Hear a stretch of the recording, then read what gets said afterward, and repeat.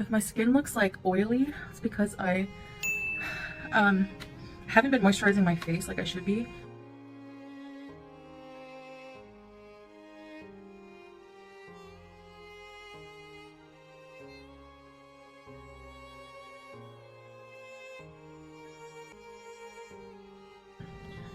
Yesterday, I did a video where I said I had a new health problem. And I didn't really want to talk about what it was. There's just some times where I feel like more vulnerable and like I don't want to talk about certain personal things. It's not that I'm trying to like clickbait you guys,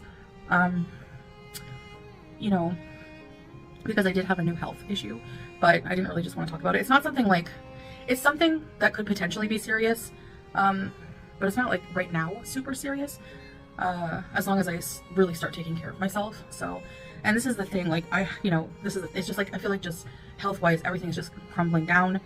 And I'm not coming on here, to ask for sympathy. I'm just here to share my personal experiences in life, good and bad, and regardless of the reception of them, basically. So actually, a lot of my videos are privated, my old ones, so you can't really go back and see like the health journey from the beginning in a lot of ways. So basically, I'll just give you like a recap of my health issues, and then I'll explain what's wrong with me now. So I'll just start with like obesity related illnesses. I don't want to get into like my whole health history, but currently the illnesses I have that are related to my morbid obesity. So I have sleep apnea, which I've had for years now. I don't even know how many years. How I knew I had sleep apnea, I get asked that a lot, was actually my mother noticed. I went to a cabin with my family. My grandfather like rented a cabin when he came down from Florida, and the whole family stayed there. This was years ago, maybe in like 2018, 2017, 2018. I was always tired because I wasn't getting good sleep, and I would wake up, one indicator was I would wake up with pounding headaches. I would wake up in the night just like choking, and I wouldn't know why. And then one time I fell asleep on the sofa, like sitting up, even with my mom was there, and she's like, Cutie, you're like, you need to get like sleep apnea assessment because you're like keep waking up and like gasping for air. So until I had my sleep study, I would sleep like propped up on the couch in my apartment, and yeah, it was not fun. So finally, when I had my CPAP machine, it was like, oh, it was like a relief, I could sleep well, and I've had it since.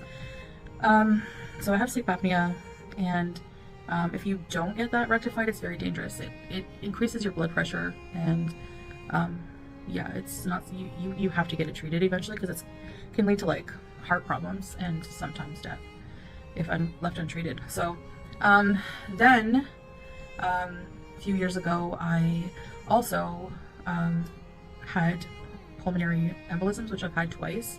The first time I just noticed a lot of chest pain, and like that went into my back and like in the lung area. So, and I was like so short of breath, more than usual. I couldn't even, and I just like, couldn't do anything without, well, like walking a few steps, I would be so out of breath, and more than usual.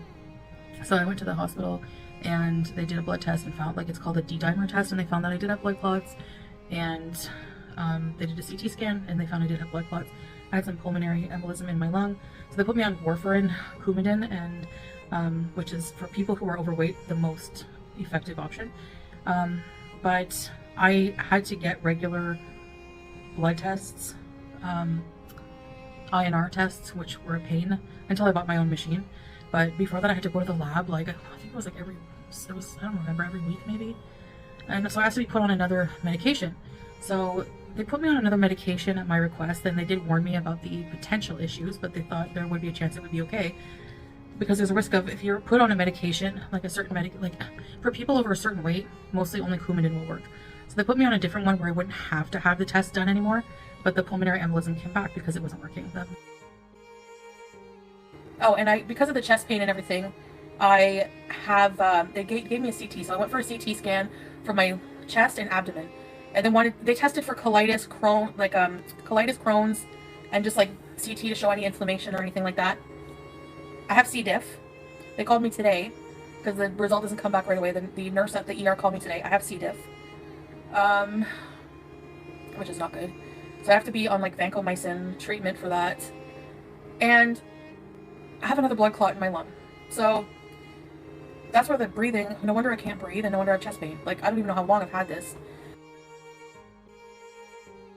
The medication wasn't working, so I went back on the Coumadin. So, which I'm not on anymore. No, a lot of people are going to think that's so dumb and risky, because they did like tests in my legs to see like where the deep vein thrombosis, like to see if it was caused by a deep vein thrombosis, basically a blood clot in my legs or something. So they scanned my legs. They didn't originate from there. So they're not really sure where, but you are at a very high risk of developing blood clots if you are sedentary and if you are overweight. So that's another thing I had. I recently was diagnosed in 2023. Was it 2023? It was like recently diagnosed with diabetes. I've had really high blood sugar for a long time, so I've probably had the diabetes for a long time. So I have that, type 2.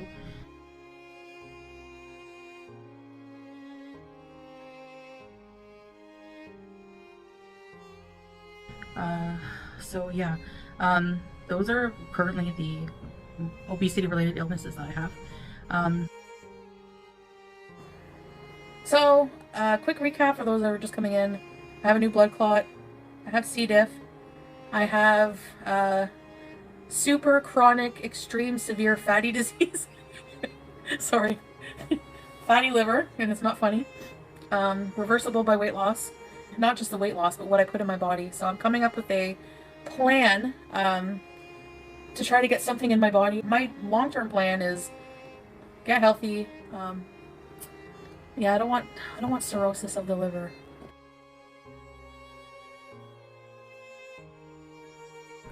My kidneys, you know, the beginning of having issues with my kidneys, which is common with people with type 2. I was told to drink a lot of water, especially with the medication for diabetes I was taking. And that brings me now to recently I've noticed like a very high increase in urination, like just always needing to urinate, like maybe every half an hour, literally, like just having to urinate. And I would have like pain in my side, like in the kidney area, like in my back.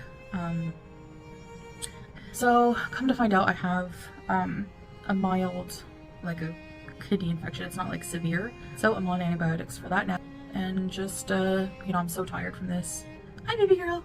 And, you know, I'm just trying to feel better. So I'm resting a lot and yeah, doing what I can. But sometimes I get really tired like this. I really want to try to be super careful what I put into my body.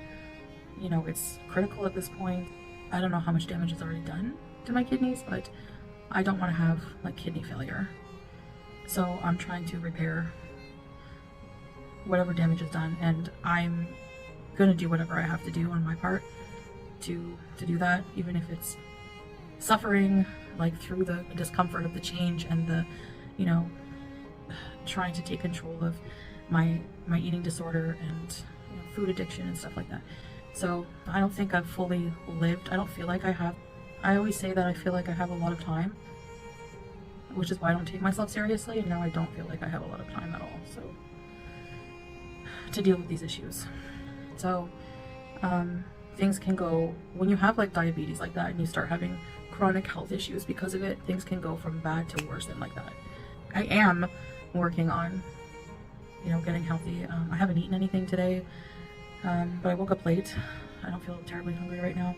Head hunger, yes. I have that nagging head hunger, but physical hunger, I haven't been feeling well. Like I said, I have some nausea, so yeah, just gonna tell it to shut up and go away and leave me the heck alone for a change.